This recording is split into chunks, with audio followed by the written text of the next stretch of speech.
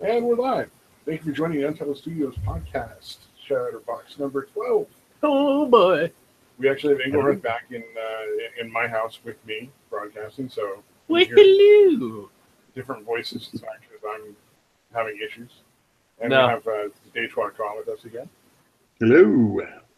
I am one of his various personalities. Yeah, I have many personalities, one of which is Engelhardt. Yes. I'm not an actual person. I am just another embodiment of Stabby. Yeah, another figment of his imagination. I have a very good, vivid imagination. I don't know, man. I have some weird, dreams. I would imagine someone like myself would probably wind up trying to sound like the voice of reason in your dreams and then get viciously stabbed to death. No, it's good. Good plan. It's like, no, man, don't do it. Well, we know what to do with you. Get over this. You're out of here. Well, okay, so I've had night terrors one time. I usually don't remember my dreams. I remember the half dreams, where you're half asleep kind of deal. But I do remember the night terrors I had when I tried taking whatchamajigger. It's something melatonin. Okay, I was thinking once a majigger must be a hell of a drug. Yeah, really. No, I'm into a lot of sounds effective. It's cheap jokes. I'm all over. Yeah. I love a cheap joke. One might say you are a cheap joke.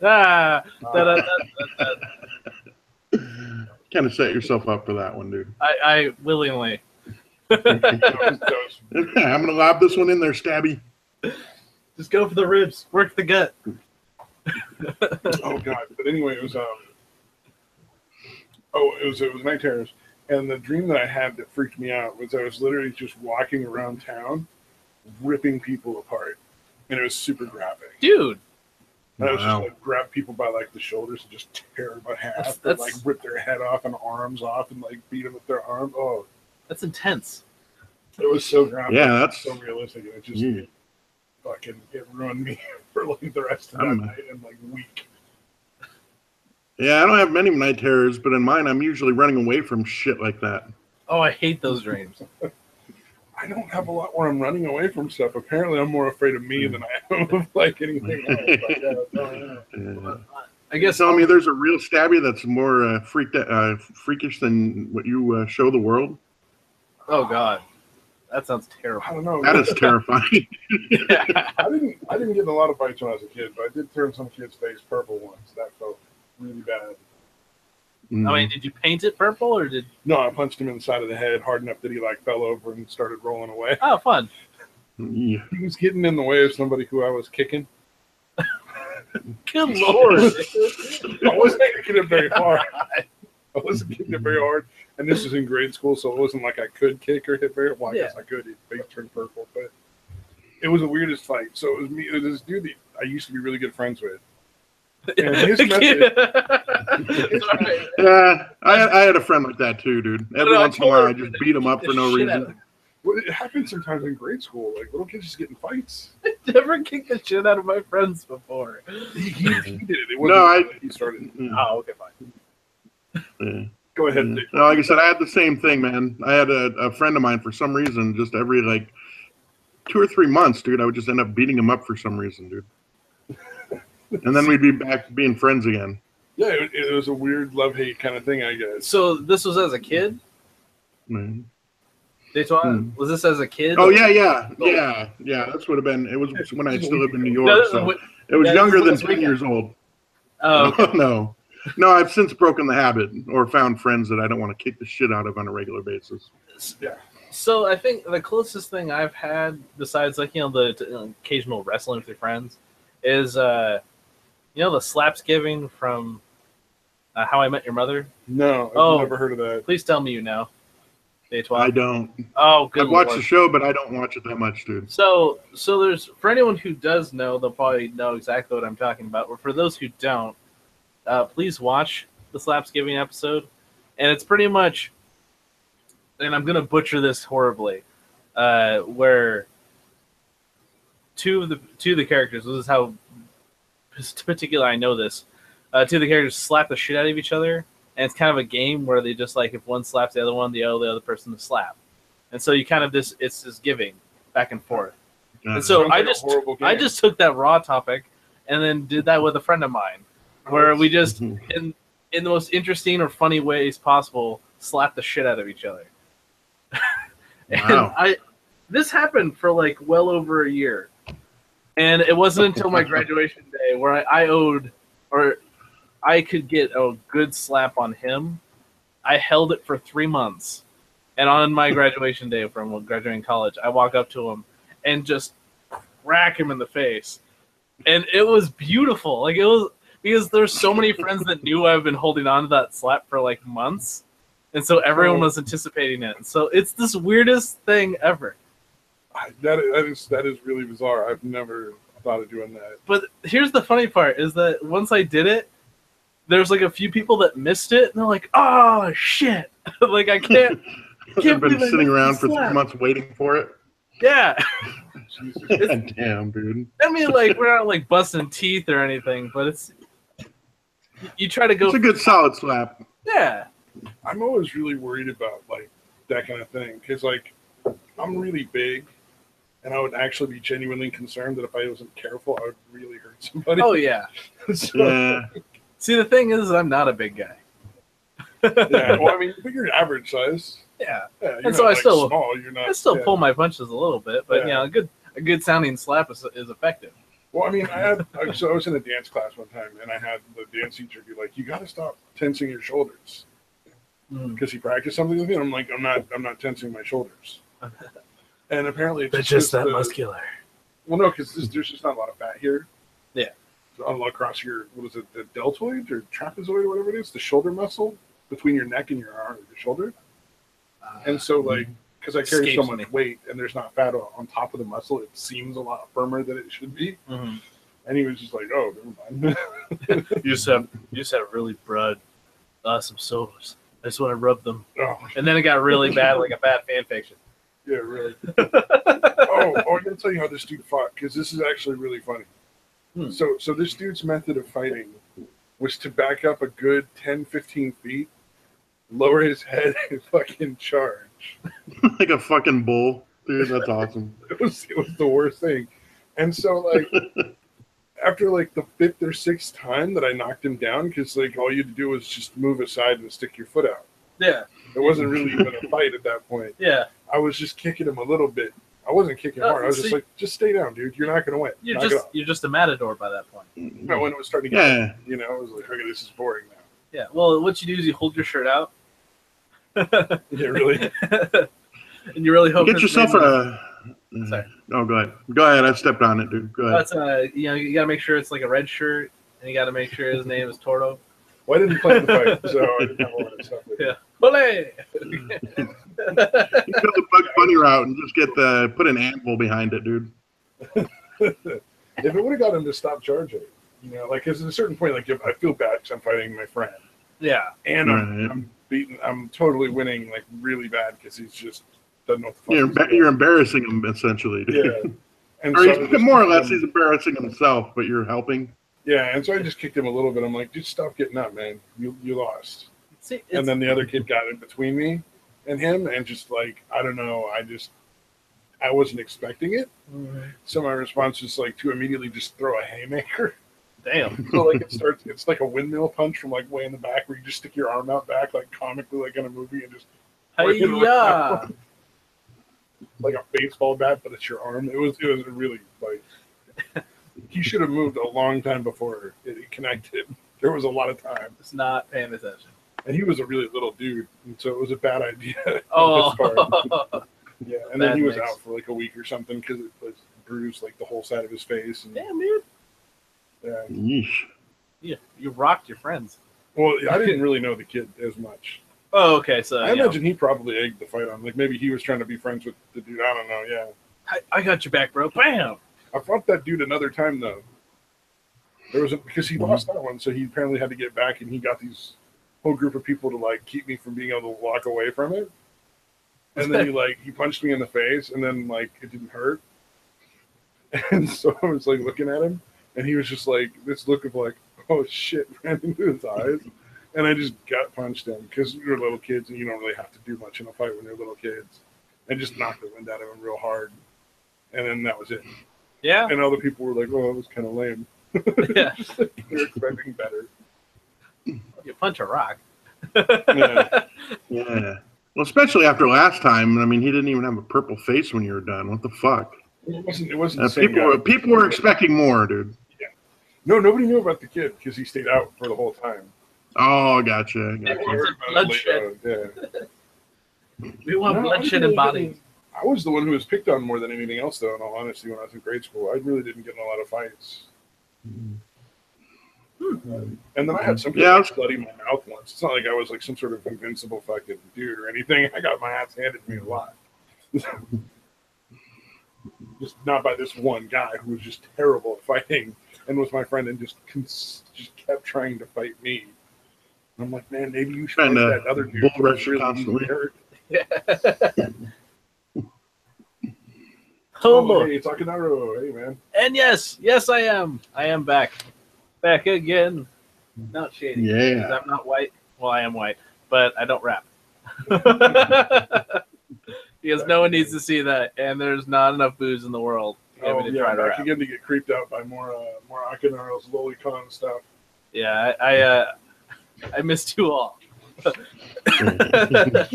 Welcome back. It's like, I'm not opening those on screen. That's never going to happen. Yeah. Every time you post something, it's just like, I don't know. I just don't know what I'm going to get with you. And I don't trust it. At least it's never as bad as the Vajankle. The Vajankle, I think, is the ultimate in like weird, creepy things to send people. I love it. The fucking foot with a vagina in it. I mean, that shit keeps me up at night, man. Yeah, William. No, I don't think there's going to be an Opal tonight. I think she's moved on because she's found better platforms to stream from. Right. We're not cool enough for Opal. Yeah, she did a face reveal and everything. Yeah, we also don't have money, big so time. that doesn't hurt. That doesn't help. Oh, right. Yeah. We can't donate to the cause. Right. Well, there was a stream. The Cunt stream actually had a fundraiser for her to get a vibrator. I'm not joking. Oh, is that what that was? All right. Yeah. I saw your tweet about it where it was like the wrong. I guess she needs it. Oh, I think I was tweeting a different stream for a different charity. It was the same. They did a couple. They keep doing the charity streams. Yeah. I did throw $10 just for the pure fucked upness of it. I'm like, this is beyond fucked up, and I am enjoying this way too much.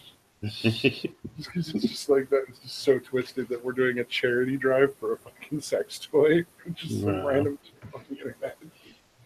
Oh god, it's so funny. It's so disturbing.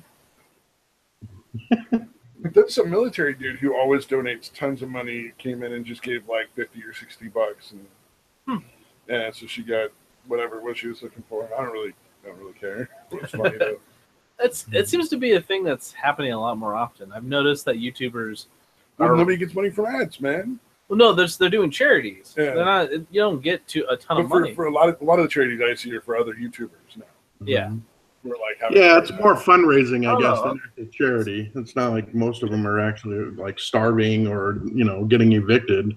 It's for shit like I would. That was more of a fundraiser, in my opinion. Yeah. Yeah. Well, a lot of the ones I see, like there was one for somebody who's got cancer and they're going for like another round of treatment. Yeah. That's some legit. Yeah, like the dude from was it Honey Badgers? What happened to him? Badgers? The Mexican dude has some kind of cancer, man. Oh, so there's more than one with cancer, because the one I saw was for a chick that hangs out with like Liz Reptile. Oh shit, I missed that one. Oh, Sevi does? Oh yeah, that's right. Jesus, chemo needs like some money to pay for the treatment, and that's right. I forgot about that. I follow her fucking channel, dude. I watch her videos, and I just fucking forgot about that shit. Somebody was like, "Why doesn't Obamacare pay for it?" I'm like, "Well, you have to work like a regular job for Obamacare. I don't think you can get it being a YouTuber." Right.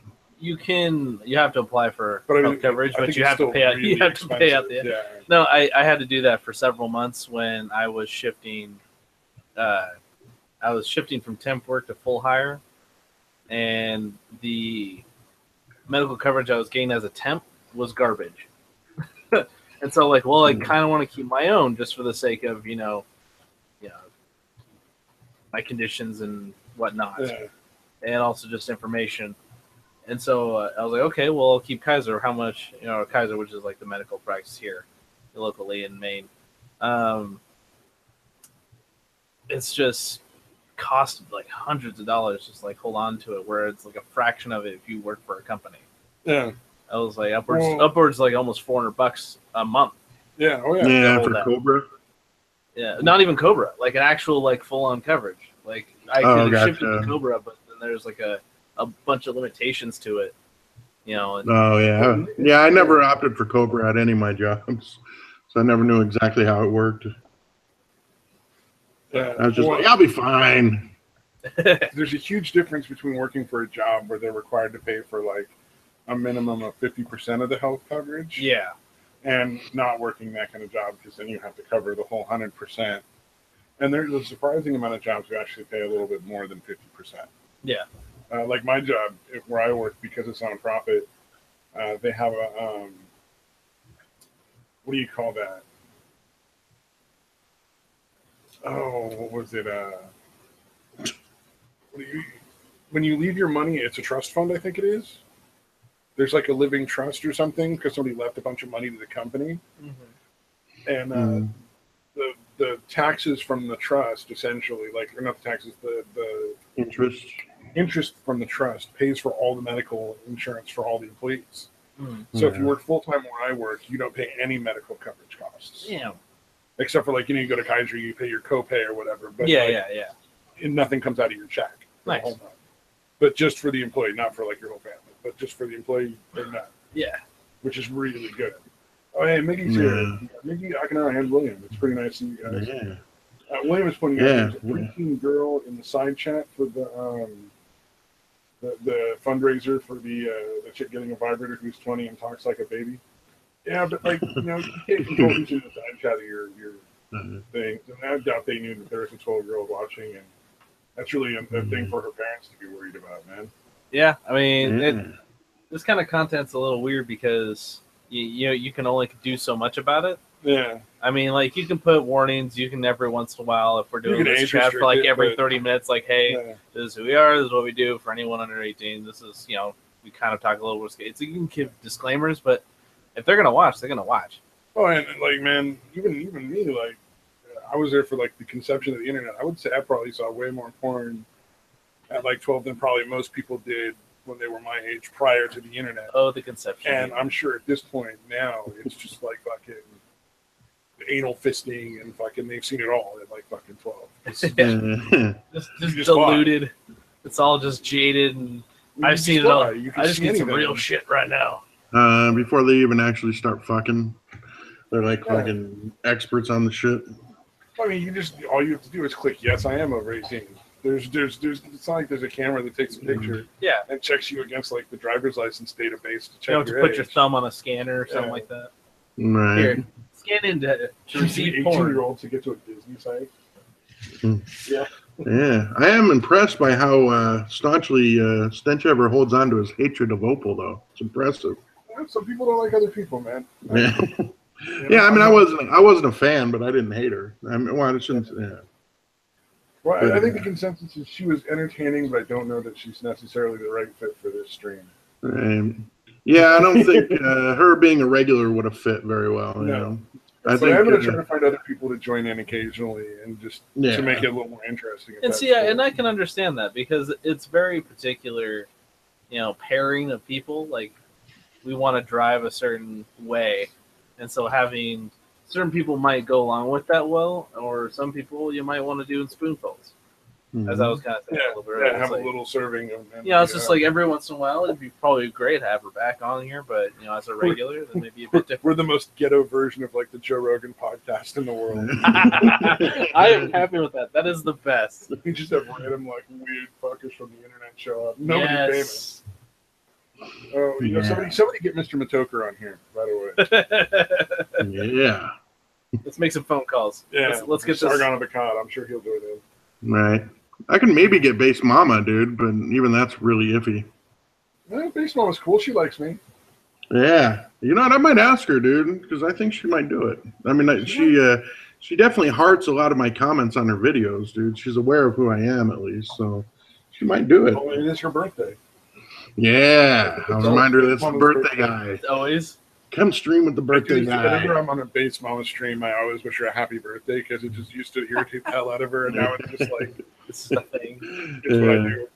Nice. When she was drunk and hanging out with Dave Cullen a couple weeks ago, she was like, "Oh yeah, I love Stabby. He's always wishing me a happy birthday." She's all fucking drunk. It was like right after VidCon, and Dave Cullen, I guess, came back here to Arizona and was hanging out with her.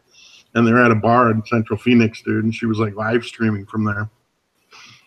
Because I think I was trying to get her permission to channel or whatever. Because I think I have it's the only other place I have a wrench, where I allowed someone to give me a wrench or whatever. Yeah, some people just won't give wrenches out very easily. Yeah. Well, no, I don't want them normally. Like, especially on channels where everybody's got a fucking wrench. You know, like I'm like, don't give me a wrench. When I was still following Failure, I'm like, dude, don't give me a fucking wrench. I don't want it. What did you give out like wrenches to everybody one day? Like literally everybody. Yeah. Well, I think it actually started because and I didn't realize it until I listened to the playback. But somebody had like banned me, and he was like, "Oh shit, I got to give Detroit a wrench because this dude banned him." But I guess it was like an accident, so the dude like undid it. But yeah, and then after that, they started giving wrenches, and then they're like, you know what? I got too many people with wrenches, so they started taking them away. Yeah. Oh yeah. No, it was silly.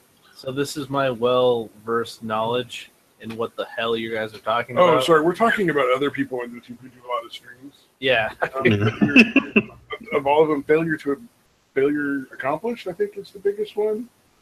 Mm-hmm. He gets like an average of a few thousand, like 5,000 or 6,000 views per video. Nice. But there's a lot of people who do streaming who get like a few hundred, or to a couple thousand. You don't know Base Mama or Dave Cullen? I know who Dave Cullen is, but I think Base Mama's. I don't think Base Mama's as big as Failure though, is she? Or is she? Yeah, Base Mama's actually after VidCon. She had 6,000 subscribers before VidCon. She shot up to like 12,000 after VidCon. Oh, okay. Well, then I VidCon's Dave Cullen is fairly big though, I think. VidCon's the shit. Then. Yeah, but even before that, though, you know what I mean. Failure only has like 3,000 or 4,000 subscribers. Oh, I always thought he was. And she was over 6. Yes, apparently. No, he knows a lot of people. He knows a lot of YouTubers, but as far as his subscriber base, it's not that big. He's the guy who can get just about any major YouTuber on his streams, even though they're really small streams. I got that backwards. Yeah, right. Failure's channel is dying. Well, I mean, at a certain point, they were just using Google Maps to like look into like fucking stores and random businesses, and like go down roads and stuff on Google Maps. It sounds more like a business strategy gone wrong than. It was weird. It just the stream stuff. I just can't. And the only time I've done that with Google Maps is playing GeoGuessr.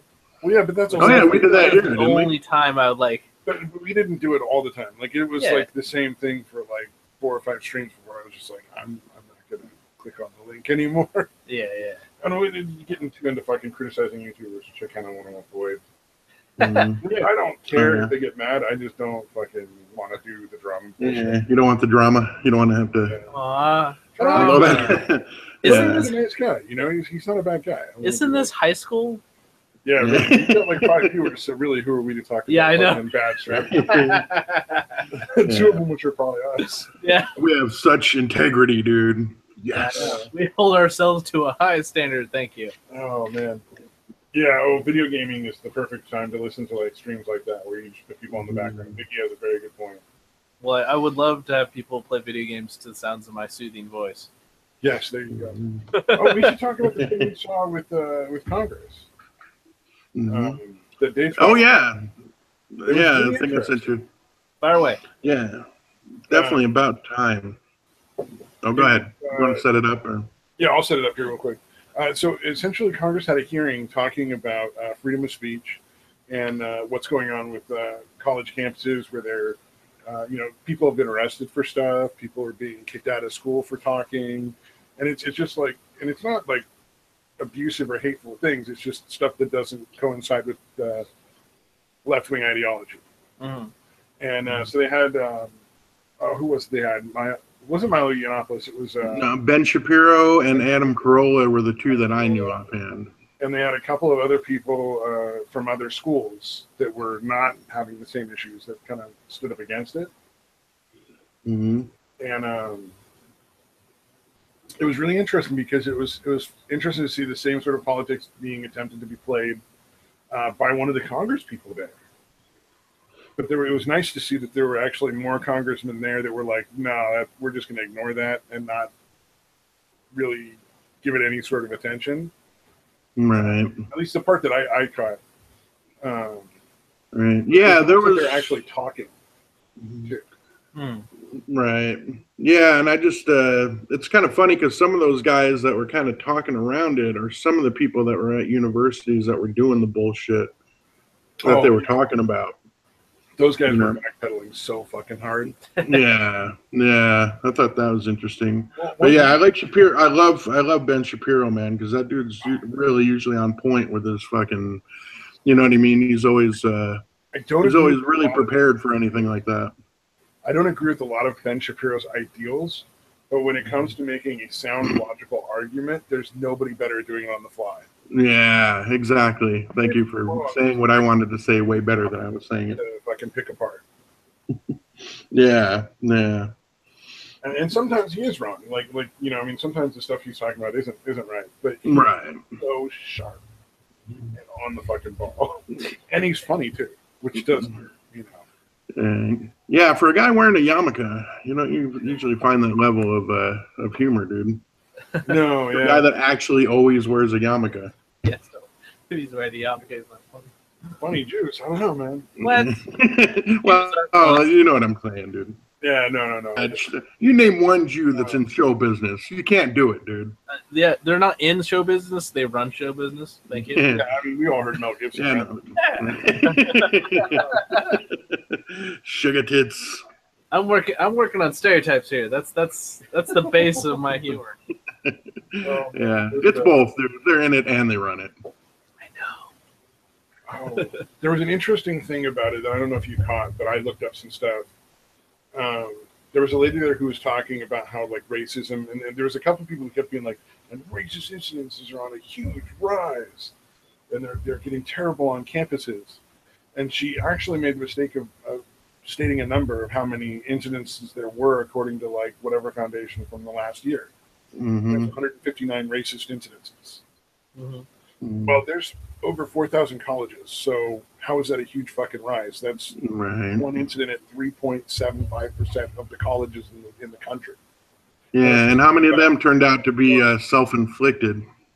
Well, I just, I'd love to see, I just want to see accurate and honest numbers. Right. Not like numbers that are intended to skew people to one side or the other side. Right. Like, yeah, if you're going to point that out, like, point out how many universities there are and how extremely rare that is. Yeah. And that's the other thing is how many times have we had a fucking hate crime that people are freaking out about and we find out that it's, that Jewish chick was drawing swastikas on her door herself or, shit like that. That happens a lot. It's really bizarre. That keeps happening. The whole swastika on the door thing?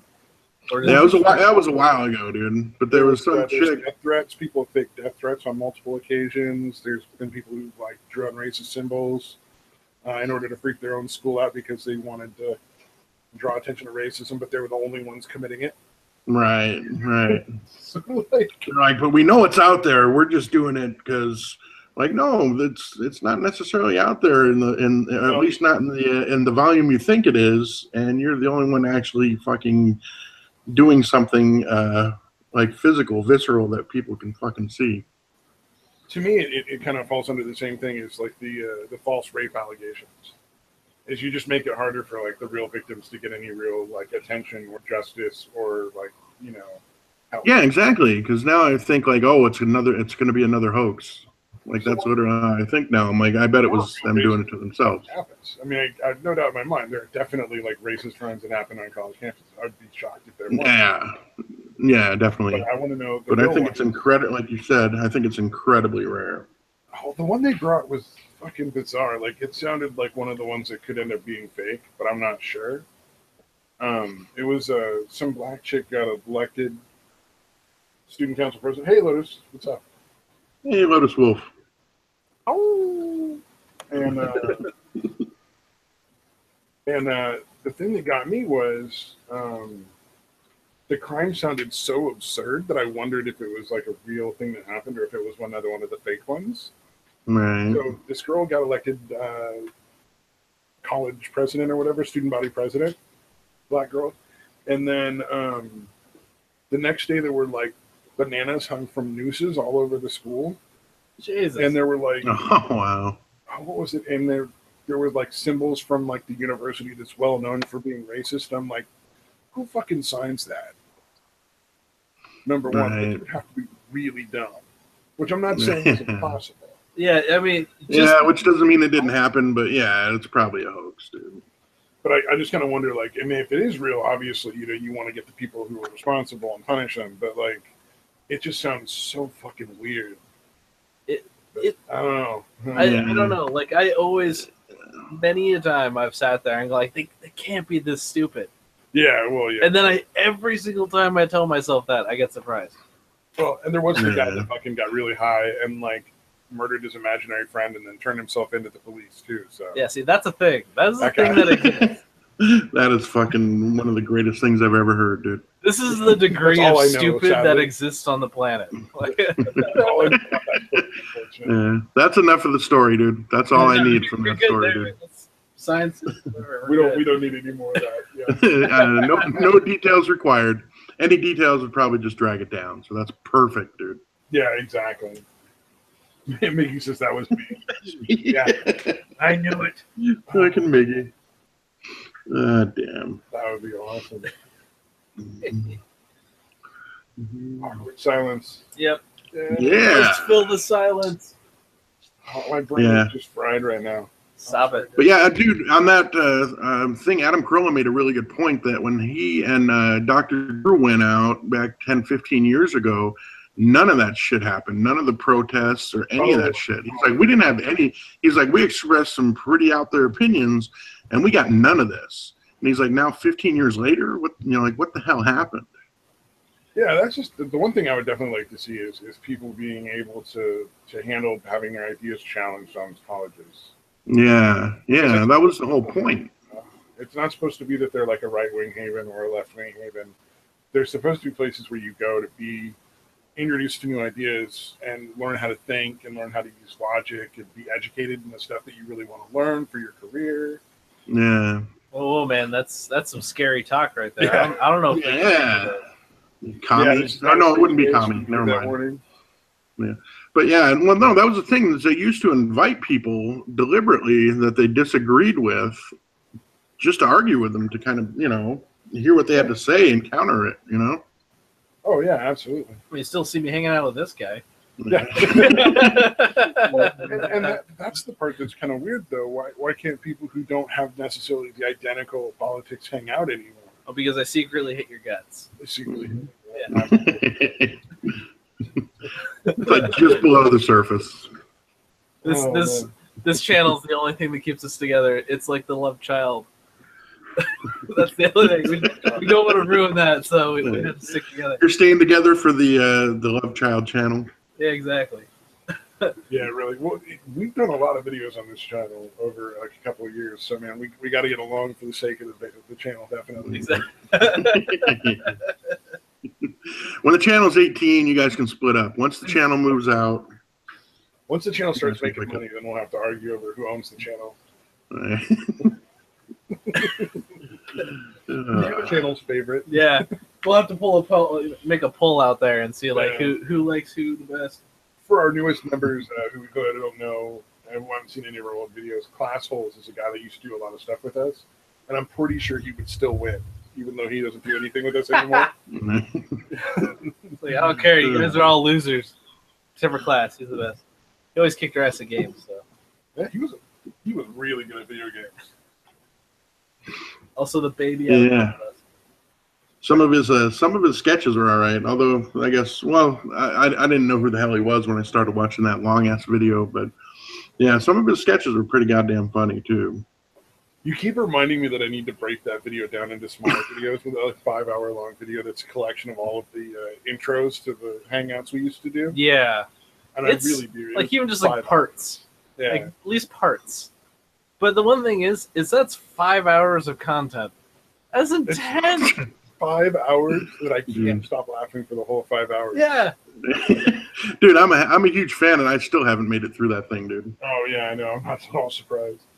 I gotta come up with another freaking presentation. I don't think I can do them every week, but I can probably come up with them on occasion. Well, I had given you an idea a while back, but I don't know if you want to run with it or not. I don't know if I even remember. It was kind of in the same vein. It was kind of in the same vein. It was something about manufacturing fucks for people to give. Oh, that's not a bad idea. Oh my god, that's beautiful. Yeah, I have like good general ideas, but I'll never flesh it out. So it's yours to do with what you will, man.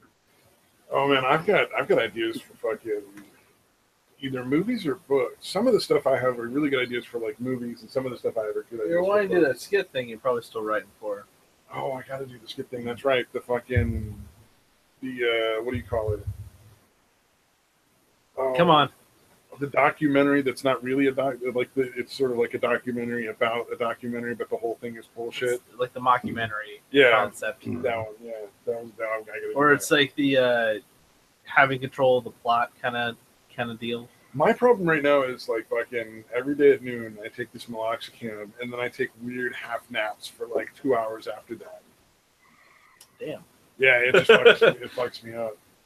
That's Kind of screws with my head a little bit. I got to start working through it though. I need to get a schedule and start working out and fucking working through some of that fucking stuff. That and Arc is fucking taking a lot of my time. Dinosaurs. See, the one thing I've totally underestimated is the power of napping.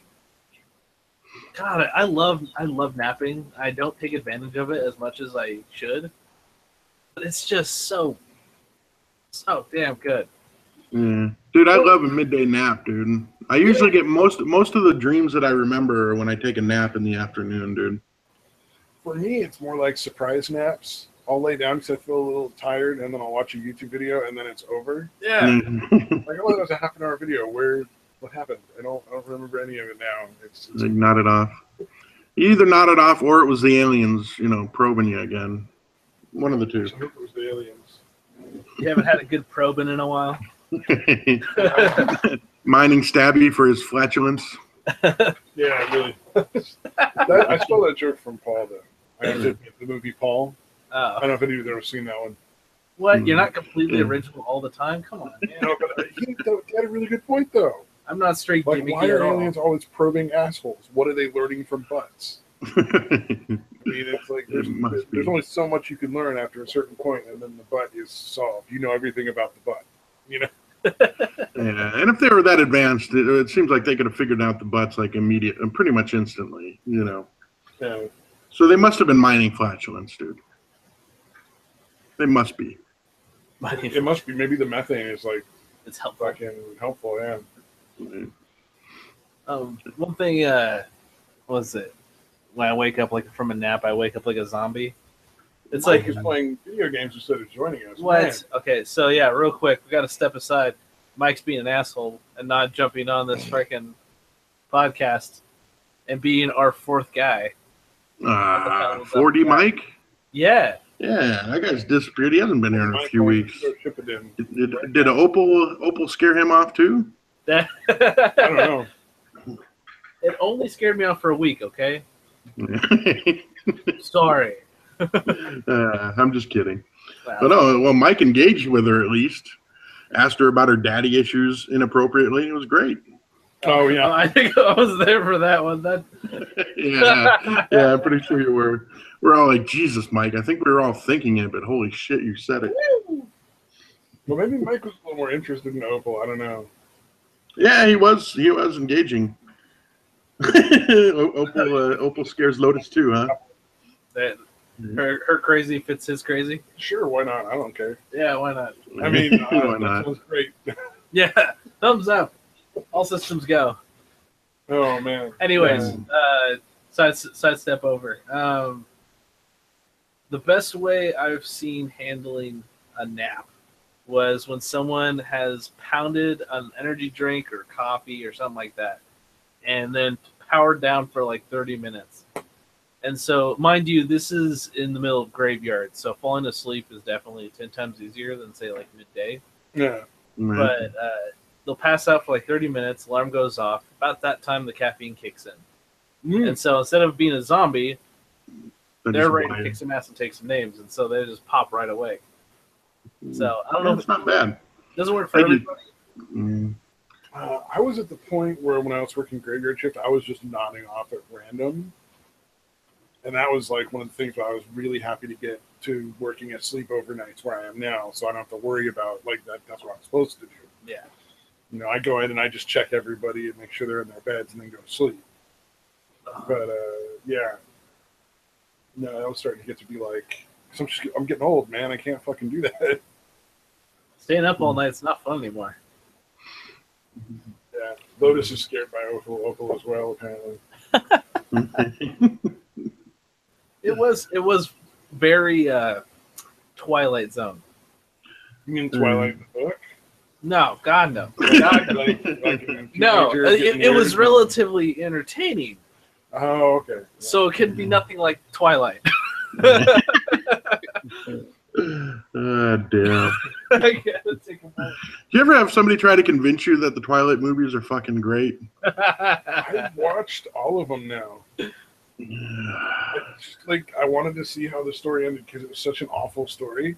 I tried reading the books, but I couldn't get through, like, I think it was the second or third one. It just started to be like a repeat of the same bullshit, like every goddamn time. And I was just like, I can't fucking, there's no character development. So, no, my kids were into it, which is forgivable, but my ex was really into it when we were together. And she was trying to get me to watch it, and I tried, dude. I really did, dude. But I'm like, this is fucking stupid. And Kristen Stewart is the worst actor ever, dude. She make you rub like ice on your mouth before you kiss her and stuff. So, the one thing is, I gotta say about what was it, the main actress in that movie in Twilight, Kristen Stewart. Yeah, she's a great actress. Well, she is not. The thing is, though, and I respect her immensely for this, is that she actually goes along with the joking. Yeah, like she rightfully admits how bad that looks, and like it makes fun of. Oh, it may help Kai. Well, apparently it wasn't totally their fault. Like the sighing, the constant fucking speed talking and sighing was actually director. Like the director told them to fucking do that shit. Yeah. Well, I don't know if either of you have ever read any romance novels. Not. I have not. I've read a lot of. They're not like romance novels, but they're sort of like a half-breed, like urban fantasy, and then just own it. Written by like they're fucking romance novels, dude. Well, they don't have like the weird. Just own it. Yeah, romance novels usually have like really graphic fucking scenes. At least 3 or 4 of them in a book, and I've read a couple. But I've read a lot of urban fantasy, romance, like half-breed books, and one of the common themes of the lead character in a romance, the girl or whatever, is that they're really fucking vapid and not real bright and not very strong characters. Okay. And the reason is you can then, as the reader, put yourself, like if you're the chick reading the erotic novel, you can put yourself in that character's shoes very easily. It's very easy to interpose yourself as opposed to that character. Yeah, so you're saying most women are vapid and easily manipulated. It's a character that's designed so dry or so bland that it's easy to put. I know, I get it. I'm fucking with him, dude. Yeah. But yeah. And so I think as far as that's what the character was that she was supposed to play in the movies, because that's what a romance novel character is. And honestly, that means that you're being extraordinarily lazy with your work because you're being told to, and you're getting paid a shit ton of money to do it. Honestly, she's a genius. Yeah. Oh, yeah. That's the best actress ever. Dude, I don't know. My theory was that she went into producers or whoever was casting these movies and was like, I will do anything sexually that you want if you put me in this movie. Yeah. Well, didn't she fucking sleep with one of the directors? Yeah, well, I know she was with the other guy in the movie and she cheated on him with something like that, dude. No, I thought it was with the director, like, or an assistant director. It was like some older dude, like very older dude. Right. That's Yeah, that's why. I don't know, man. I think she's just horrible. I've seen her. The only other movies I've seen her in that she did all right is one where it looks like she's just being herself. Like, you know what I mean? Like, I don't think she has any range as an actress, I guess. Like, you know. Oh, what was it? I'm gonna have to look it up. There was a movie she was in that she was actually really funny, and it was with some nerdy guy that's in a lot of movies, and I can't think of it. What's her name? Yeah, I think I know which one you're talking about, dude. They worked at like an amusement park or something like that. No, this is not. Is that the one? Nope, this is not that. Did they work somewhere together?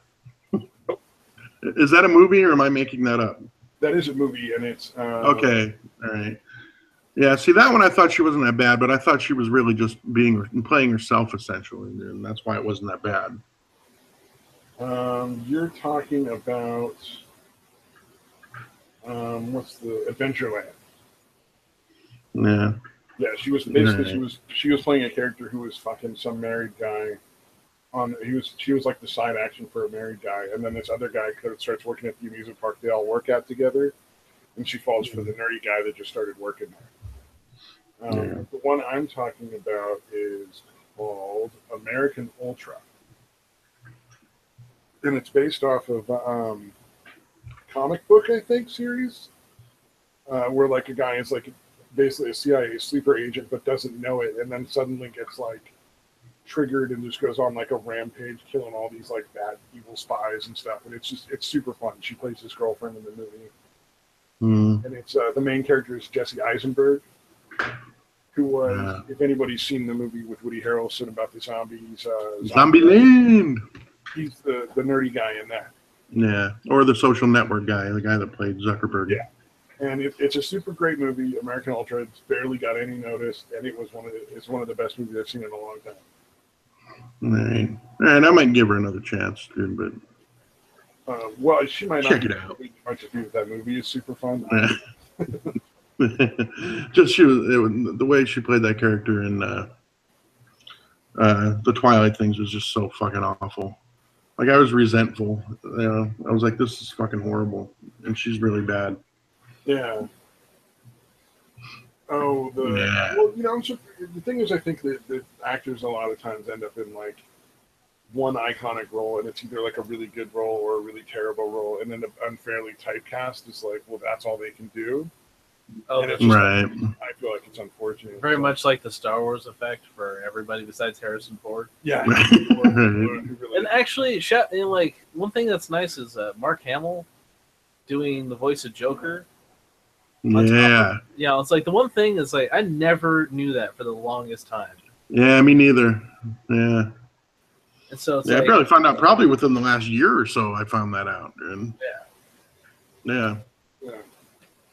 And that's impressive because it sounds nothing like him to be able to like get that good Joker voice, the nice creepy laugh and everything. Ugh. Well, I mean, I can do a few voices. It's just you really gotta like take the time to work at it. I didn't really work at it that much, but like I did as a kid. I did a lot. I used to be able to actually, even into probably my late teens, early 20s, I could do a lot of voices and shit, and I just stopped doing it for some reason. Fell out of practice. See, I got a few still. I got at least one. I got a Mickey voice. It's not too bad. Oh yeah, which is kind of creepy. And it's nice to say dirty things when you sound like Mickey. And then I got Stitch. I got a Stitch voice. Oh, there you go. Lilo and Stitch. Nice. So now that I've said it, I'm probably going to have to bust it out and like be all impressive and stuff. Yeah, go for it. You already said it. That's true. Family. And so it's like it's really nasally. It's like and really then like you follow that up with family means incest. Yeah, family means incest. Let's go through it in the back, bitches. So.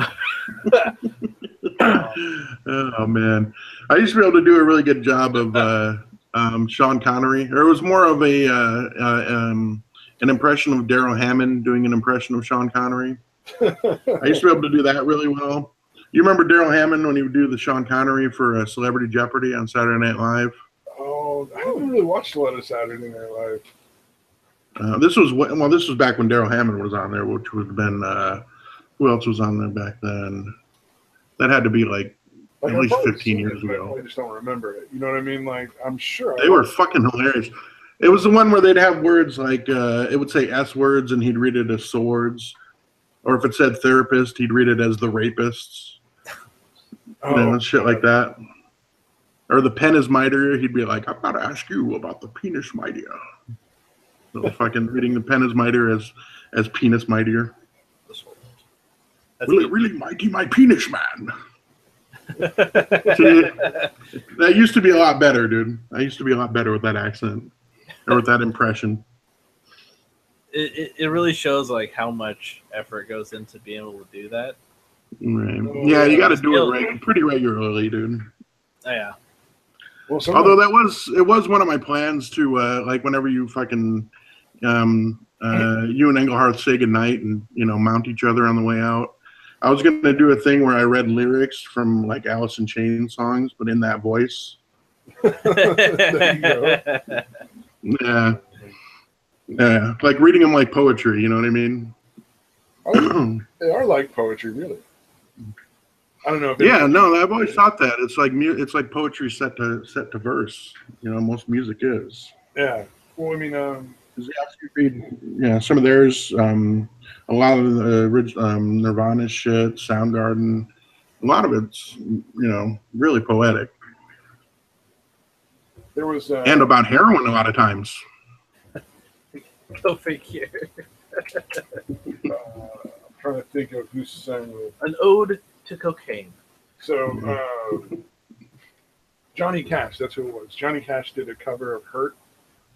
Trent Reznor's song. Trent Reznor of like the Nine Inch Nails and his heavy metal.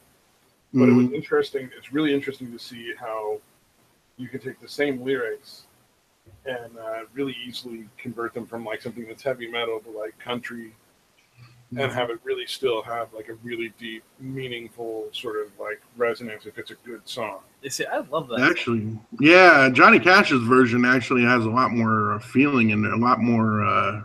It's kind of better. Cash did a lot of fucked up shit. Yeah, he could definitely identify with that song, I'm thinking.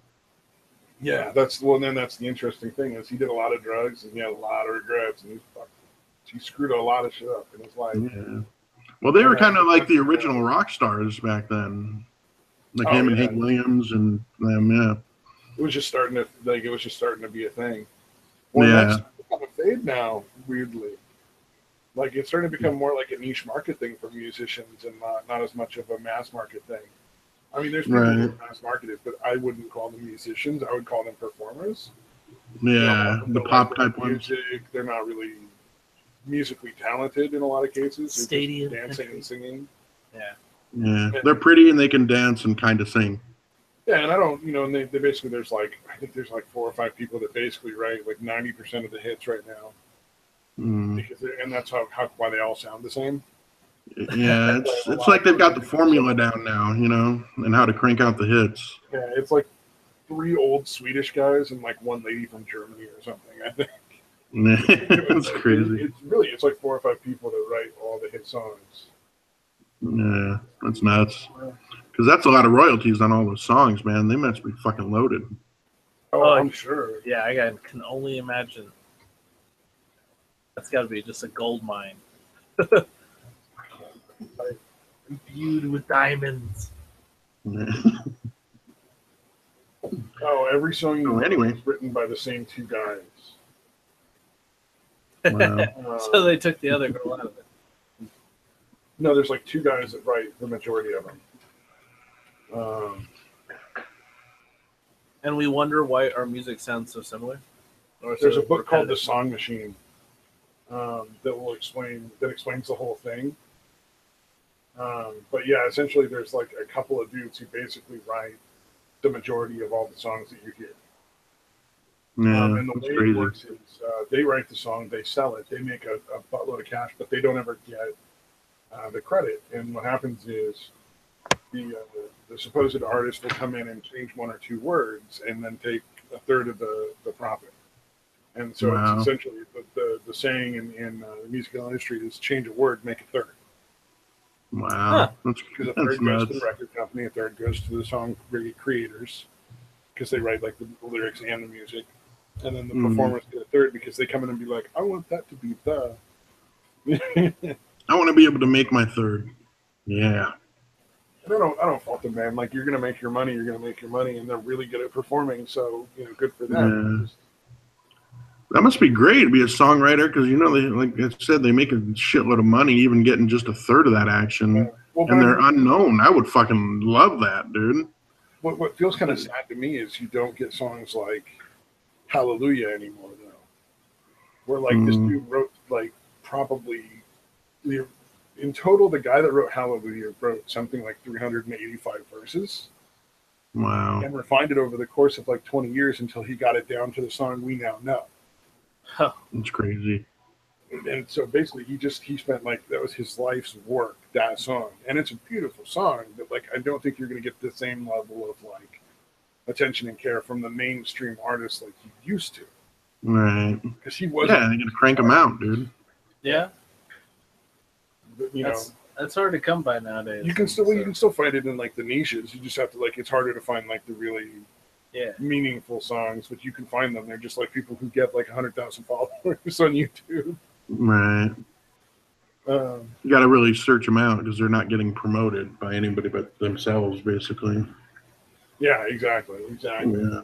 Which is good and bad. I guess you've got the platform, but it's still kind of harder to get your name in front of a bunch of people. Yeah, exactly. It can be rough, but you know what? That's the way it goes, and the only way we can do it changes to like do our own stuff. In my opinion, people need to go out and write that badass songs and fucking, make the money. Like what's that dude from Korea?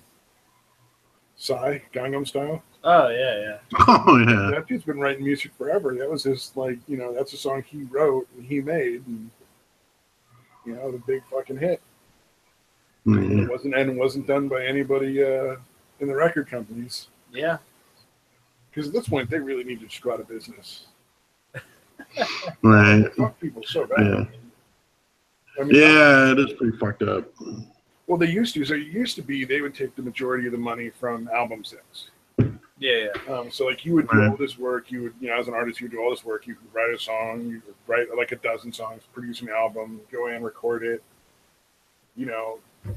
Go out and like promote it, and then all the record sales would just basically go to the record company, and you'd make all your money on tours and off merchandise on the tours, like T-shirts and that kind of thing. Yeah. Right. So garbage. But now, you can still make good money doing that. Yeah. Well, nowadays it's definitely better. Well, now the record companies are taking a lot of the money from the tours and from merchandise. Like they're basically just cutting the artists further and further out. Yeah. Yeah, because they're not getting as much off of the album sales because of online. Yeah. Yeah, and so, but then again, like, what purpose do the record companies serve at this point? Because really, as an artist, you can promote yourself. Right. You can put your music out on YouTube. You can make a deal with iTunes with yourself and a lawyer. Mm-hmm. Pay a decent entertainment lawyer a couple $100, and fucking exchange some emails to iTunes and have your music up. But the promotion of it isn't going to be nearly as big. Like tour planning, tour planning is hard. You can still reach as many people through Twitter and YouTube and all the various social networking platforms. Yeah, arguably even more than the traditional platforms that the record companies use. Yeah. So like, there's an opportunity here, I think, to replace the record companies with people basically, hiring like agents that do social networking for them, essentially.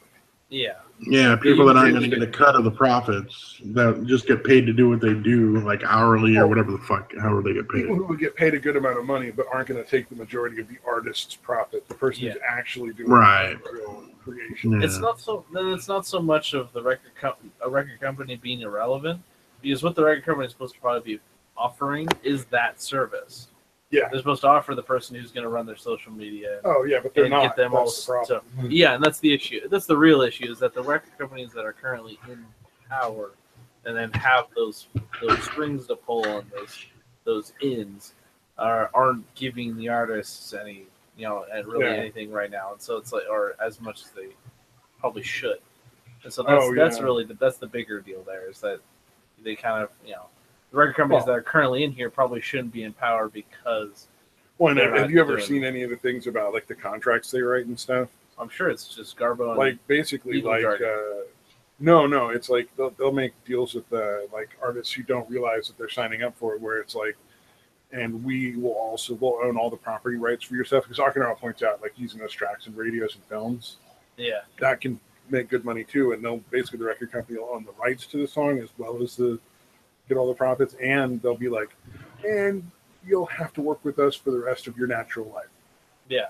Like they've made lifetime like contracts, which is just ridiculous. They'll lock them down for like 10 more albums, like even Yeah. if they don't like ever hit. Well, and the average artist is, the majority of people who get into music are going to put out maybe 2 or 3 really profitable albums, if even that. Like, Right. Yeah. for the people that actually make it. I know there's a bunch of people who aren't going to make it. They're the majority for sure. But Yeah. a successful artist, you got like 2 or 3 decent albums that you're going to get sales on. And if you can't get any money off of that, you're fucked. It's like Kesha had a 6 contract. Kesha. Kesha. The girl with the dollar sign in her fucking name. Yeah. And Kesha. I didn't approve. I don't know whether or not she really got raped by the guy that was her producer prior to them working together for years or not. I don't know the truth of that, but I know that her contract was awful. Yeah. It was like a 6-album contract, and she was making no money compared to what her albums were making. And it was just like, I totally understand wanting to get out of that contract, but man, Yeah, you signed it when you were not popular, thinking they were going to make you popular or whatever. Well, essentially, you go down the route of making an album. You're not going to make good money in a career. So you're not going to have a steady job and a house and all this really nice stuff that somebody who wants to be a lawyer is going to have. So when the record company finally, picks you out of the millions of people that want that to happen, and Right. yeah, we'll give you $500,000 right now. That's fucking awesome. Yeah. And why would you not want to take that? The term starving artist is definitely a thing. So they take advantage of people who are just in a really fucked up financial situation and probably just don't understand how to handle large amounts of money like that. And what and who are too young to understand the big picture too. Yeah. Or the long-term thing. Or anything long-term. Yeah, it's a rare 25-year-old rock star that understands why they need to own the rights to all their songs. Right. And control all the masters, essentially. Yeah. I mean, shit, even the Beatles sold off the rights to their songs to fucking Michael Jackson. Yeah. And that was, just that they needed the money. Mm-hmm. And the Beatles. That's crazy that any of the Beatles ever needed the money. Yeah. Well, the other thing is inflation is so bad now that a lot of people who were rich, film star, movie rich, not rich, but made a lot of money on movies and stuff. They had great money 20 years ago, but now it's just not that much. Right. It's not that they make less; it's just that it's not worth as much. Yeah, the dollar always declines over time. They still make a pretty decent. Well, I'm saying if you made $2 million in the 50s, yeah, that's a lot of money in the 50s. Yeah, that's like fucking 100 million today, dude. Yeah, that's what I'm saying. So, comparatively speaking, their royalties get less and less valuable, and the fortune that they made becomes less and less valuable. Right. So I don't know. It's kind of I always feel bad for the artists and stuff, especially with all the pirating and whatnot. Yeah. Yep. But pirates are cool. I wonder why you would say that, sir. He's such a ninja fan. Thank you. Yeah, you're not sailing the 7 seas of piracy. No. Oh, did you guys see the Ninja Turtles getting a tie-in with Usagi Yojimbo? Is there Samurai. Usagi, you guys familiar with shit? You guys aren't comic book guys probably as much as I am, but there was a comic book called Usagi Yojimbo, which was done by a guy that used to work on the Gru comic, which you're probably not familiar with either. But anyways, that guy, they're doing a tie-in with that character with the turtles because he's like a samurai rabbit guy. Oh, that's like a rabbit person that's a samurai. And they're doing a tie-in with that. Like the turtles are supposed to have gone to another dimension or something. Oh, okay. And they have like Well, I didn't expect it. tie-ins. I saw a commercial on it because I thought I've got to be one of the few people that is familiar with Usagi Yojimbo at all. And I was like, holy shit, they're doing a tie-in with that and the turtles. Once you said Samurai Rabbit, I was like, wait a minute. I think I remember something like that. All right. Yeah, it was pretty cool. They did a bunch of them, like that fucking Samurai Rabbit guy in space. But yeah, are you guys familiar with Gru the Wanderer? It's kind of like a spoof on Conan. It was done by Sergio Aragonis guy. He wrote for Mad Magazine, or drew for Mad Magazine, since the '60s. He did a lot of the little things that you see, the margins and stuff, among other things. It was really over the top. Yeah, Gru the Wanderer was based on Conan, but he would try to help people out, but he was incredibly stupid. So no matter what he tried to do, he would fuck it up because he was a dumbass. Yeah, it was really funny, dude. I think I know what you're talking about. Yeah, dude. He actually had samurai swords too, oddly enough. And for some reason, which I think they explained at some point, but yeah. But incredibly funny, dude. It's one of the few comic books that was actually comic, actually hilarious. And one of the guys that worked on that is the ones that created Usagi Yojimbo. All right. Yeah. I don't know why I thought Akinara would know who that is, but I guess not. Or be familiar with the comics. Well, Akinara's just pirating doesn't affect sales that much. It's a myth. Says the pirate, probably. Yeah, no doubt. That's Ikizio. Yeah. All right, I apologize to everyone that I just wasted 5 minutes of our time on that fucking. Oh no, dude! No, I mean, I used to be into comics, but I'm sure somebody out there will understand what you're talking about. As long as you get one going, dude, no, I totally understand. That's awesome. I know the turtles. It does sound interesting that there will be that there was a samurai rabbit that they fucking hung out with. That's kind of a cool thing. I wouldn't mind seeing a movie about that Gru character. That would be pretty fucking fun. They just kind of hung out, beers, had some pizza, cowabunga dude. Well, I remember, I forget if it was in the cartoon or the comic books or something, but the fucking turtles at one point hung out with female versions of themselves. Oh, wow. It was really bad. That sounds creepy. I think it was a movie. That makes me a little uncomfortable, actually. It was a little weird. I'm triggered. Yeah. Yeah. Only DC. I'm hated. I'm so hated. As I make fun of people who get actually triggered. No. I work in mental health. Triggering is barely a thing. It's so overused right now. It drives me nuts. So I just make people cringe when they say it. Okay, so when you work with people who for triggering for them is then they have a panic attack and have to go and huddle in the fetal position in their bed for an hour. Joking aside, that's the real shit. Yeah. Well, you've worked a little bit in a hospital where they had some people with drug problems and mental health issues. Oh yeah. Yeah, they definitely talk about not triggering, but triggers for sure. We talk about a lot. Yeah. Yes. Although even then, I kind of think it's kind of bullshit because it's all right. Well, besides my ex-wife, she was a trigger.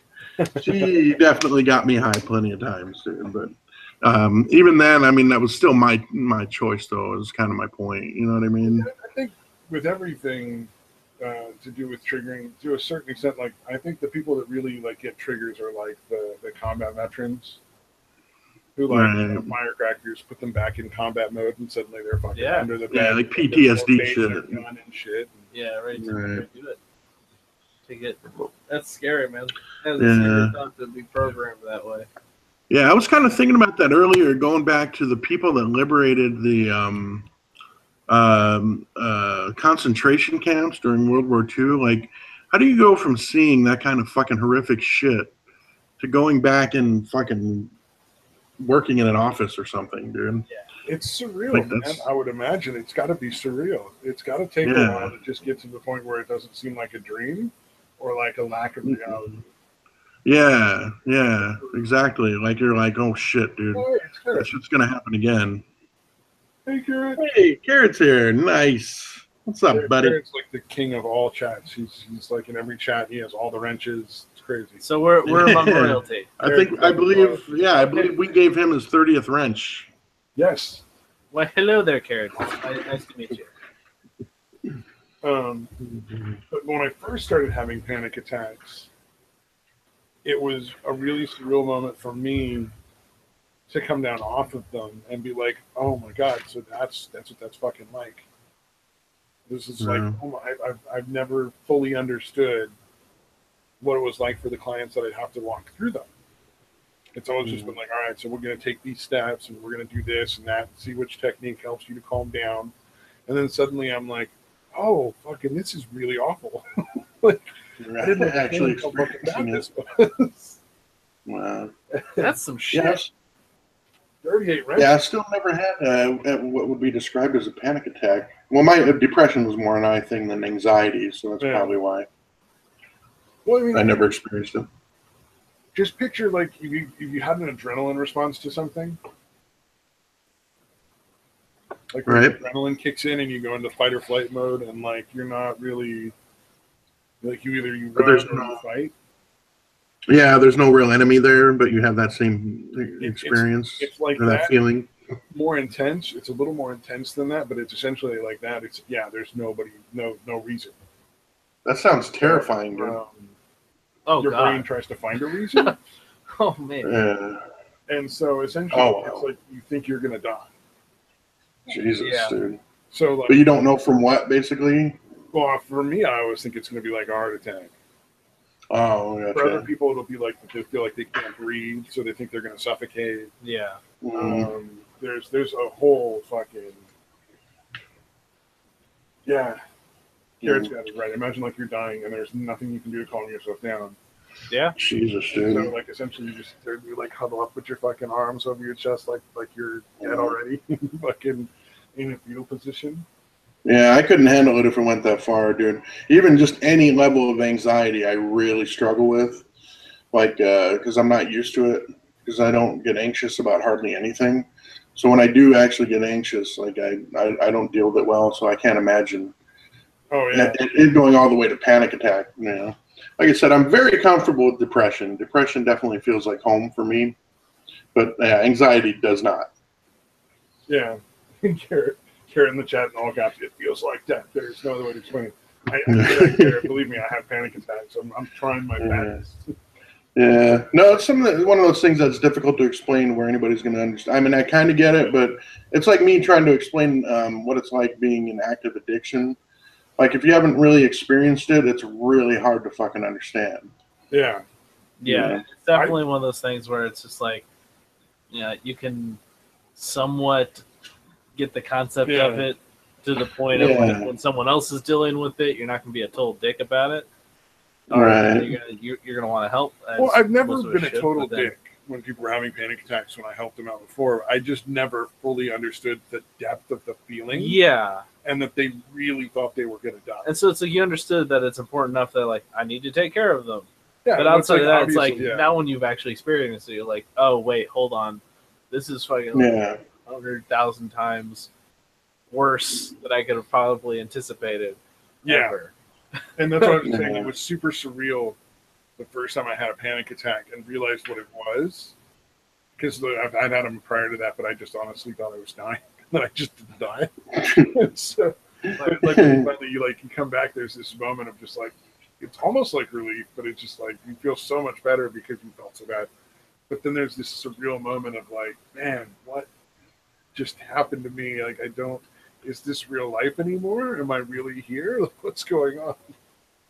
So what I'm hearing is the best thing to tell people having a panic attack is to tell them to just stop being so dramatic. Yeah, absolutely. Oh yeah, that's fucking horrible. It's so fucked up. William just die every day. Excellent choice, William St. Ever. Stick with the classics, man. Right. I am so jealous you get Xanax. Nobody will prescribe me Xanax. You got to move to a different state, dude. It's the most effective for anxiety and panic attacks. Self-medicate with rum. Oh my god. I occasionally use a little bit of weed or edibles, but I have to be really careful not to overdo it because once it kicks my panic attack button, it just fucking, I'm all the way there. Yeah, I definitely got a lot of paranoia on weed, dude. So yeah, that wouldn't work too well. Well, actually, just social situations. If I was by myself, it was fine. I don't know if I'm in a social situation, like I can hold it off. Oh wow. One thing about like panic attacks for me that's weird. It's I think it's because when I was a kid, I got beat up all the time. Because when I was real little, like in kindergarten, I got beat up like every day. Right. So like anytime I went outside, but like so I learned how to fucking handle like that sort of fear by just compartmentalizing it in your head and fucking like, dealing with it later. And so I think I can do that when I'm around other people. If I'm having a panic attack, I just sort of compartmentalize it, sort of like that. Don't show weakness kind of thing. Right. Yeah. Although, yeah, I think Akinaro actually kind of had a point about the masturbation. You can't really pull that off in a social situation, but Yeah. you know, if you can get somewhere and touch your cock, you know, it definitely helps relieve anxiety. You just Hold on, guys. I know we're in the middle of this conversation, but I gotta take care of something. yeah. Excuse me for just a second. I'm trying to picture that, like you're in a grocery store or something, fucking walking down the aisle, and there's some like 80-year-old lady buying fucking oatmeal cookies or some shit. You're like, ma'am, I'm having a panic attack. I really just need you to touch my penis. Like, here's a whole nother set of worries right after that. Or at least watch me while I touch it. I need something. Just look at it.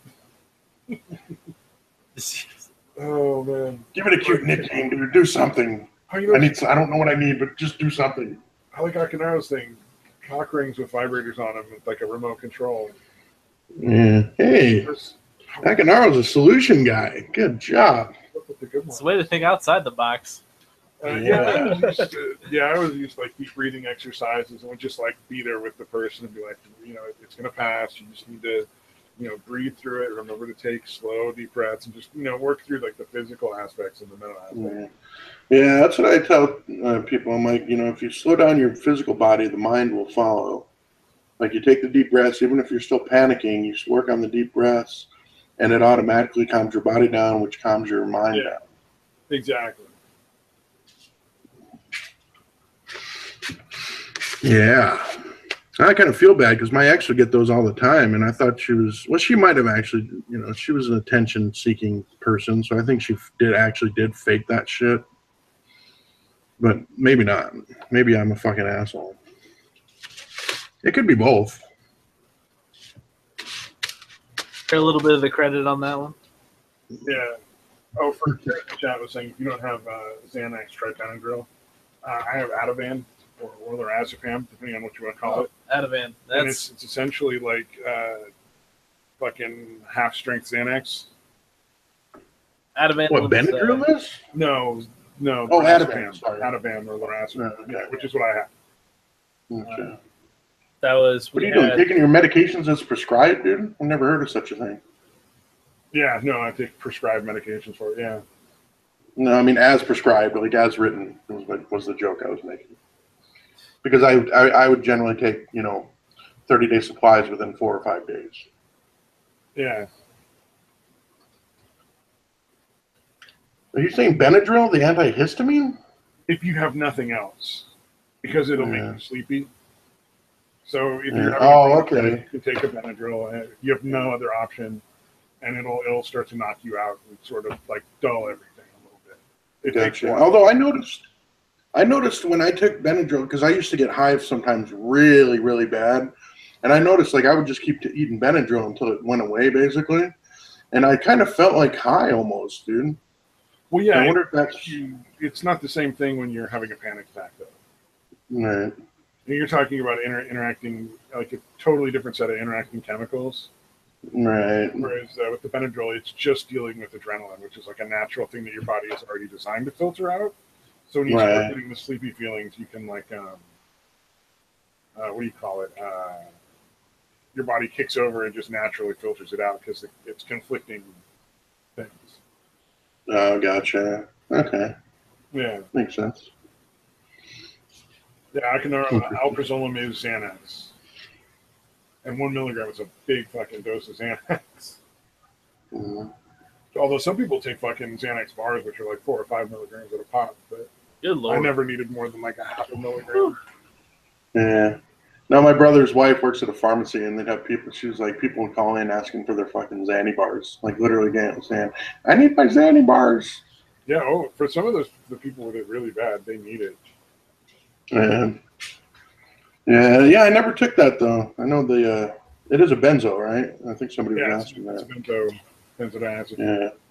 Yeah. Derivative. I got prescribed Xanax briefly when my tinnitus first started. And so I had it for like a couple of months, but then they refused to give me any more. Wow. And it was like, I functioned perfectly well on it. So I was like, why would you take away the thing that makes me a human? But Yeah, the thing that was actually working. Like, no, this is working. We got to find something else for you. Well, I've since learned to cope. Mm-hmm. So it's not the same thing anymore. I'm not in that place, so like I'm all right where I'm at now. Yeah, that's good.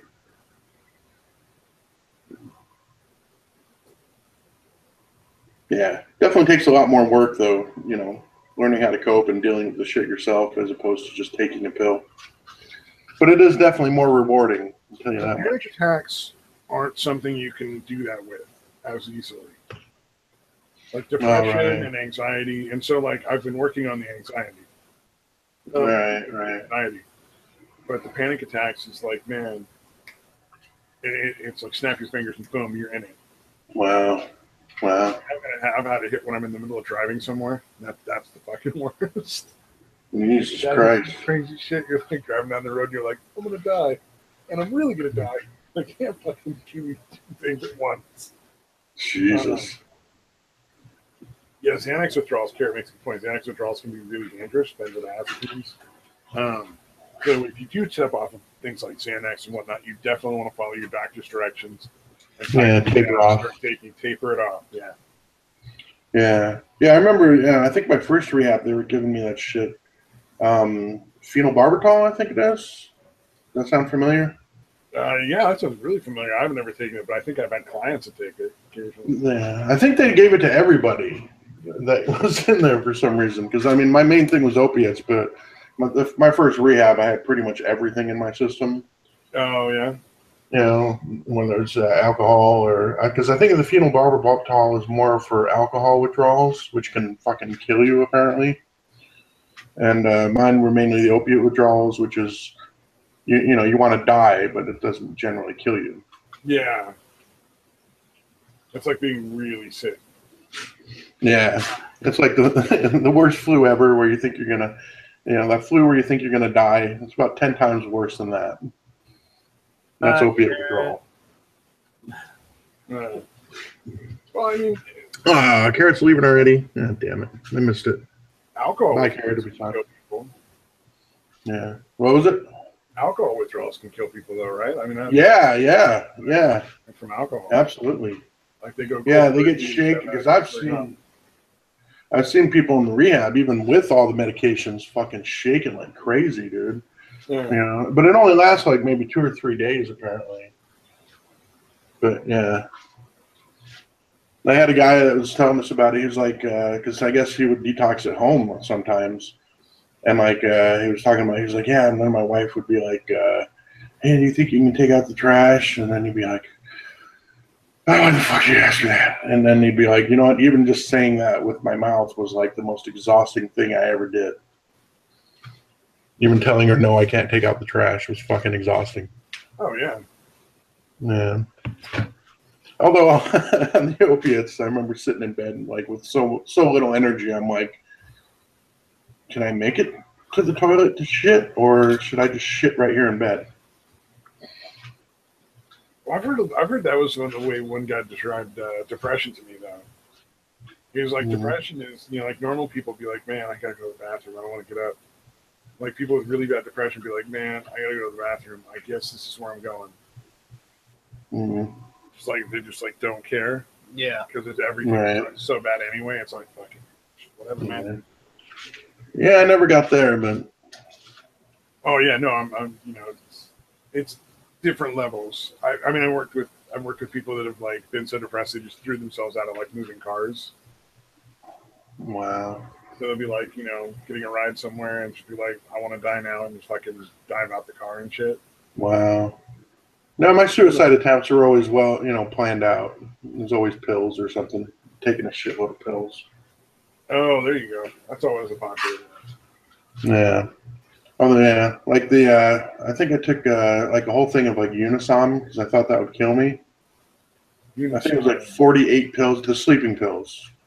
Yeah, but I'm trying to think of what the fucking chemical is. Isn't that just like an antihistamine?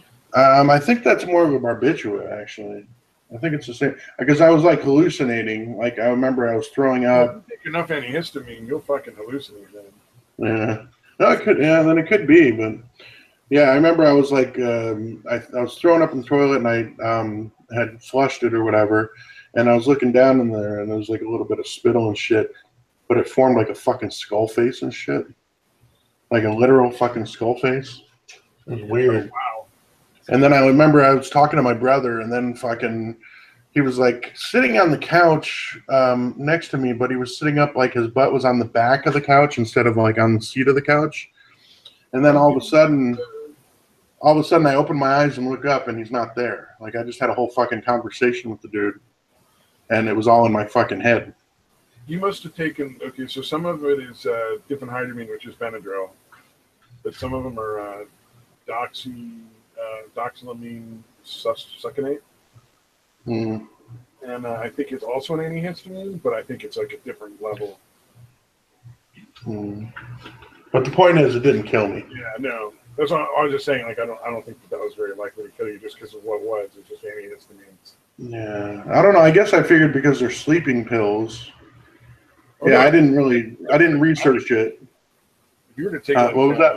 if you were to take the right kind of sleeping pills, it would absolutely work. I Right, think you'd have to get like prescription ones. I don't think the over-the-counter ones will work quite like that. You can probably do right. it with like that, like ibuprofen. Enough ibuprofen. Yeah. Oh, I did that with actually. Yeah, when I was a teenager, I tried it with Tylenol. I took like 250 Tylenol. Yeah, you can like hemorrhage and stuff. I think if you're. Yeah. No. Well, I got sick and threw most of it up, but I was very sick from whatever did hit me for like a week and a half after that. Like I didn't go to school for like a week. Yeah. You Yeah. tried it and punch you, and it's like just weird, fucking meeting years later. Mhm. Yeah. So I punched that kid, and he was out of school for a week, and he was out of school. Right. I aimed for callback humor. I'm sorry. I was trying to lighten the tone a little bit. Yeah, I guess I did bring it to a little bit of a dark place. Oh no. My apologies. We're gonna go down all sorts of corners. I just was like, I saw an opportunity and I aimed for it. It was just a fucking miss. That's fine. We're full of just sunshine and rainbows This Yeah. is all the time. yeah. We finally get Engelhart back, and we're talking about all this bullshit. Welcome to the Suicide Show. Yeah, you weren't- suicide. Woo! if you weren't depressed before, you will be after. Aw. Oh, Now we're losing Nakanaro as well. Mm-hmm. Is a bummer. Yeah. All right, Akinaro. Thanks for sticking around. Yeah. Well, if we want to do a huge shift, since we've talked a lot about a lot of different stuff, I wanted to shift it back to charity. Charity stuff. okay. On top of the reason why I was gone last week. Oh, So what I do as a hobby on top of this okay. is I compete in dancing and swing dancing. And so typical of the style is West Coast swing because it started from West Coast. But the special part of that and why I'm also talking about charity was that's kind of what the event was mixed with regular competing. The person who runs this event is used to actually play for the San Francisco Giants. And so he decided to take it upon himself and other foundations, like certain foundations. I think the ones that we were dealing with was, was One Flat Down and One Fabulous Day, which both those were, I guess you're screen sharing. Yeah, just a little bit to So swing dance. Keep going. yeah, so this is typically a style. It's interesting. Actually, that's an old video. Uh, what's interesting about it is it's not what you would imagine. I'm going to sidestep since you have that video playing. It's not what you imagine when it comes down to swing. It's not like the big band stuff. A lot of it's done to key term or key phrase modern music. Yeah.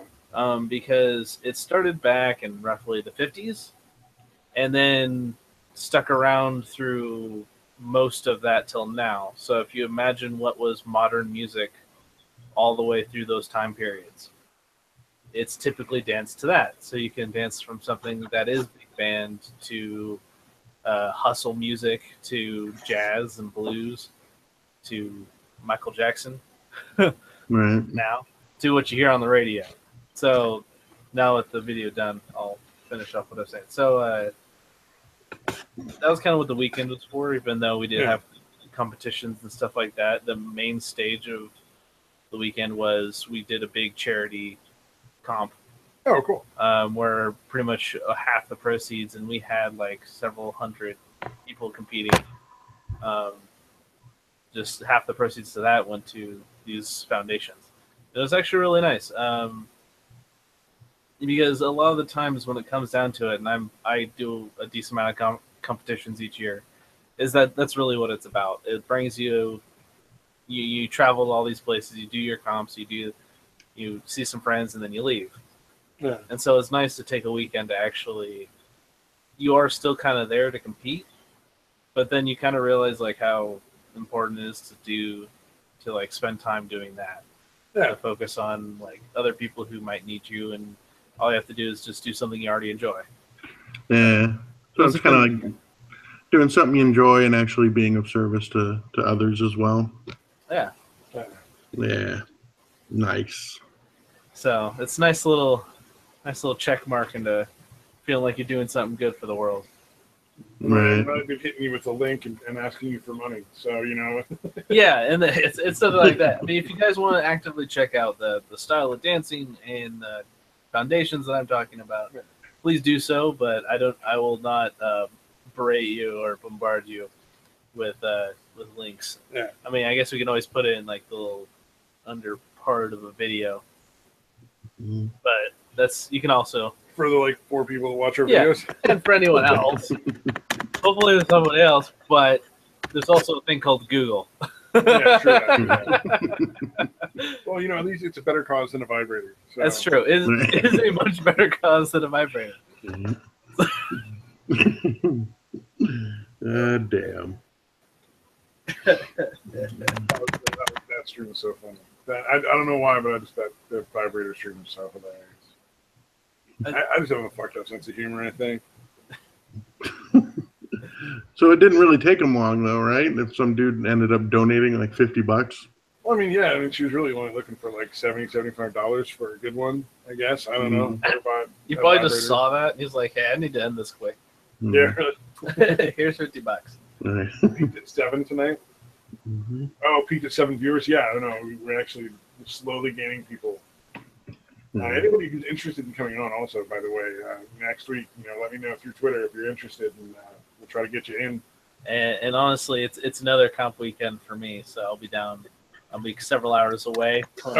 Coming back on a Sunday, so I'll do my best to get here. And yeah, well, dude, if you make it, you make it. If you can't make it, you can't make it. That's fine. I mean, honestly, the beautiful thing is that it's late here when we do it. Yeah. So it's like it actually gives me time to get back and hope to God I have enough energy. Yeah, if not, we understand, man. But just know I'm very disappointed, and I miss you, man. Like the deserts miss the rain when you're not here. I miss you too. No. Oh, man. You're sweet. Oh, shucks. Aww. William, your hate, it knows no bounds. I absolutely appreciate it. I want you to know that. Oh, good Lord. I just saw it, dude. Holy shit. Hopeful probably by message, says William Stinchover in the chat.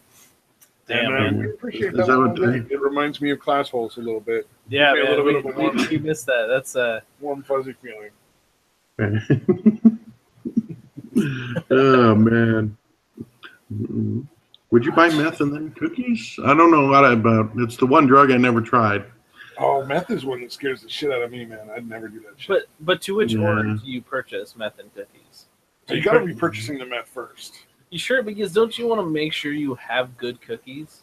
Not. Because like if you, especially Well, you don't. Is cookies the one thing that you can eat on meth? Like, oh, yeah, well, you're going down a bad road no matter what you do. But I'm just saying, like, do you want to go down that road with questionable cookies? Yeah. yeah. That's I mean, true. like, You get the meth I first for and one- get high. If it's weed and cookies, I can understand the dilemma. But I think with meth and cookies, you're more likely to take them apart and try to make them dance than you are. Well, wouldn't you want to do that with Yeah. good quality cookies? Yeah. Or taking apart your radio control car and trying to use the cookies as wheels when you put it back together, or something like that. I would never do that totally sober.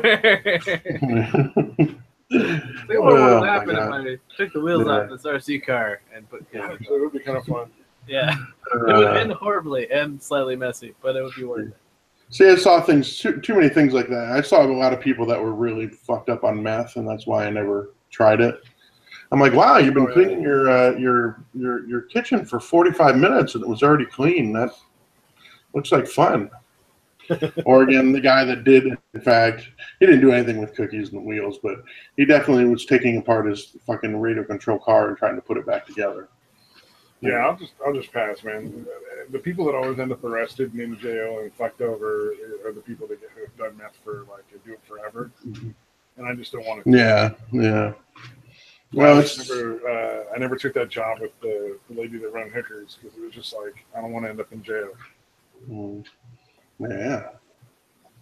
Although I don't know why you don't just say pimp, because I mean that's essentially what the job was. I wouldn't have been the actual beneficiary of like the money directly though. I feel like the pimp would have been her, the lady that ran the hookers. Yeah, I guess. You're more protection, I guess. But yeah, I'm just more like the muscle. Mm-hmm. Yeah. You were the assistant pimp. You're tiny.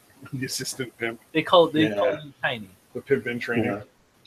That would have been even funnier. Not like the manager and All assistant Asians manager. that I was working with. Asian hookers, Asian Johns, Asian prostitutes, or Asian madam. So I would have been like towering over everybody. Yeah. I think I know why. Like I thought about it, and I think I know why she wanted me to work for her. There was this other chick who used to work there that I was kind of hot for, but had gone on to work somewhere else. She was working at the mall, and she asked me to come and start walking her to her car in the evenings because she was getting catcalled by all these dudes. And it was just like a couple of Mexican dudes that were doing it. And so I went there one night when I figured, because I don't want to do this every night, because she was married and I probably shouldn't have been hitting on her. This is a whole nother fucking ball of wax. that takes an interesting turn after this part too. But I didn't want to do this every night because it started to feel kind of sad and desperate. And so I waited. The first night I went there, I waited a little further back where she wouldn't see me right away, and I wouldn't see whoever was catcalling, and they wouldn't see me. So she comes out of the door. They start in, and it's just these two Mexican dudes, and I got like a foot on each of them, like in height. Yeah. So I walk up behind them. And I'm like, pardon me, guys. And there's nobody else to walk. And I just grabbed each of their shoulders from the inside and just moved them apart. And then walk through it. I don't even hesitate. I just walk over and I'm like, oh, hey, how's it going? And then I, offer her my arm, and then I make them move further apart so that we can walk between them. Nice. On the way back to her car. And they never fucking said shit again. Nice. There you go. And I didn't have, there was nothing intensely physical. I didn't have to make any like stupid empty threats. Yeah. It was just, I was so much bigger and I just picked the moment right that it was just so impressive that they were like, oh, this guy is cool. Ain't gonna mess with this guy. They were like, oh, he's a badass. All right. Yeah. Plus the threat was implied, dude. Yeah. But I didn't have to do anything technically illegal. Right. Exactly. Well played, Stabby. Well played. One of the very few moments in life that I did well. Englehart's especially pointing at the clock, and I think I'm actually a little pretty fucking worn out right now myself. All I right. think we should probably wrap this up for the night. All right. You Yeah, guys that's are cool. gonna go till like 3 a.m. Yeah. Oh, man, it screws up my schedule for work. Yeah.